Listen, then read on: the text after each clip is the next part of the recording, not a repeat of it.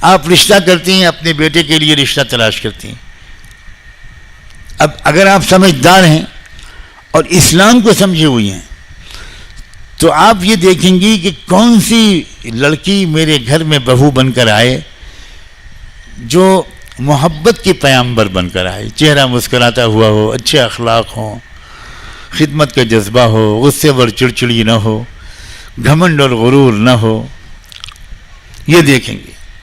لیکن اگر آپ اسلام کو سمجھی ہوئی نہیں ہے بلکہ انتہائی ناسمجھ ہیں تو آپ یہ دیکھیں گے کہاں سے جہیز زیادہ ملے گا، کہاں سے بہت بڑھیا فرنیچر ملے گا، ڈنر سیٹ ملے گا، ٹی سیٹ ملے گا، فریج ملے گا، بائک ملے گی، کار ملے گی، گھڑی ملے گی، یہ ملے گا اور وہ ملے گا. کیا مطلب؟ کیا آپ بالکل فقیر اور یتیم ہیں؟ کیا آپ کا بیٹا اپاہج ہے؟ آپ کا بیٹا کچھ کماتا نہیں ہے؟ اگر آپ کے گھر میں لڑکی کے گھر سے اگر آئے گا ڈنر سیٹ تو آپ پلیٹوں میں کھانا کھا لیں گی، ورنہ آپ کے گھر میں تو کیلے کے پتوں پہ کھانا کھایا جاتا ہے.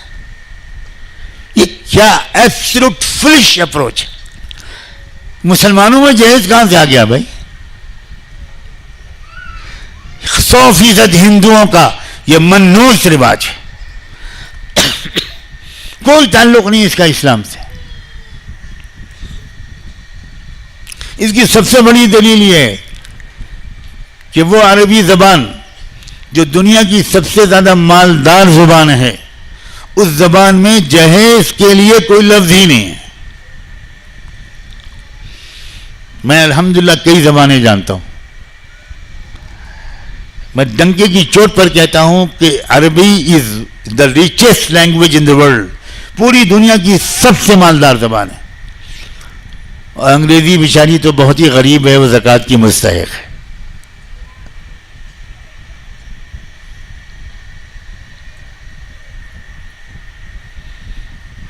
عربی والوں کو چاہیے کہ رمضان میں تھوڑے الفاظ کی زکوٰۃ وہ انگریزی کو دان کر دیں.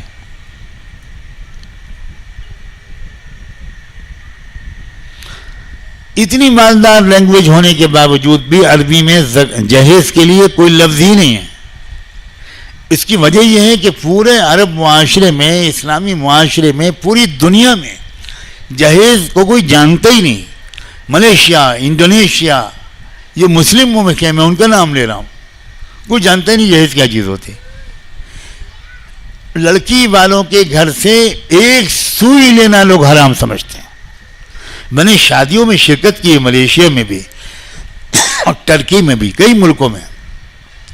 وہاں الٹا ہوتا ہے کہ نکاح پڑھانے کے لیے لڑکے والے جب آتے ہیں، اب یہ بھی میں لفظ بول دوں، بارات کے لیے بھی عربی زبان میں کوئی لفظ نہیں. یہ بارات کیا قیامت ہے کہ کیا مصیبت ہے.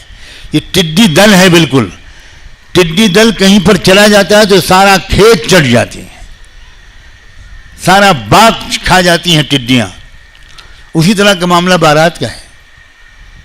لڑکے والے کہتے ہیں کہ بھائی ہم تو 300 لوگ لے کر آ رہے ہیں، اب اپنے لوگوں کو جو چاہیے کھلائیے، مگر ہمارے لوگوں کا مینو ہم آپ کو دیں گے کہ یہ کھلانا پڑے گا.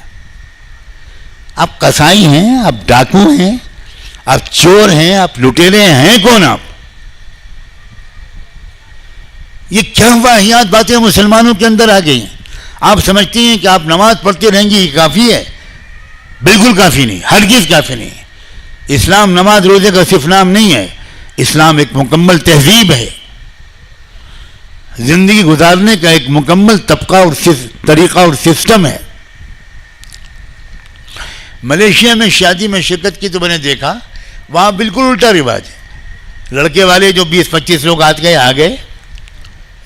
اب لڑکی والوں نے کہا کہ بھائی کچھ ڈرنکس پی لیجئے، کچھ وہ بیٹھ جائیے، آپ لوگ دور سے آئیں، دوسرے شہر سے، تو جائیں گے تو صبح ہو جائے گی، کھانا کھا لیجئے. تو لڑکے والے کیا کرتے ہیں، لڑکی والوں سے پوچھتے ہیں کہ بلا تکلف بتائیے اس شادی کے ارینجمنٹ میں، سارے انتظام میں آپ کا کتنا پیسہ خرچ ہوا ہوگا. تو تھوڑے تکلف کے بعد لڑکی والے بتا دیتے ہیں کہ بھائی آپ ہمارا $10,000 خرچ ہوئے، $5,000 خرچ ہوئے. اسی وقت وہ چیک سائن کر کے لڑکے والے دے دیتے ہیں. آپ اپنی نازوں پالی بیٹی ہمیں دے رہے ہیں, یہ بہت بڑا احسان ہے. اس کے علاوہ ہم ایک پیسہ بھی آپ کے اوپر بوجھ نہیں بننے دیں گے. یہ ہماری طرف سے آپ ہدیہ قبول کیجیے. یہ ہے عورت کی عزت, یہ ہے بیٹی کی عزت, یہ ہے بہو کی عزت. جن معاشروں سماجوں میں کنیا دان ہوتا ہے, جہاں لڑکی کو بولنے کا حق نہیں ہوتا, جہاں لڑکیوں کو زندہ جلائے جانا عام رواج ہے, جہاں شوہر کی چتا پر بیوی کا ستی ہو جانا اور اسی جلتی ہوئی لاش پر بیوی کو ڈھکیلا جاتا تھا اور وہ بیوی چیختی چلاتی جل کے مر جاتی تھی, اس سماج کی ہم نقل کر رہے ہیں. بجائے اس کے کہ اس سماج کو ہم تحفے دیں, بجائے اس کے کہ اس سماج کو ہم کچھ دیں, اس سماج میں بہت سے لوگ لینے کو تیار ہیں. اس سماج میں بہت سے لوگ اچھے اور شریف انسان بھی ہیں, سب خراب نہیں ہیں.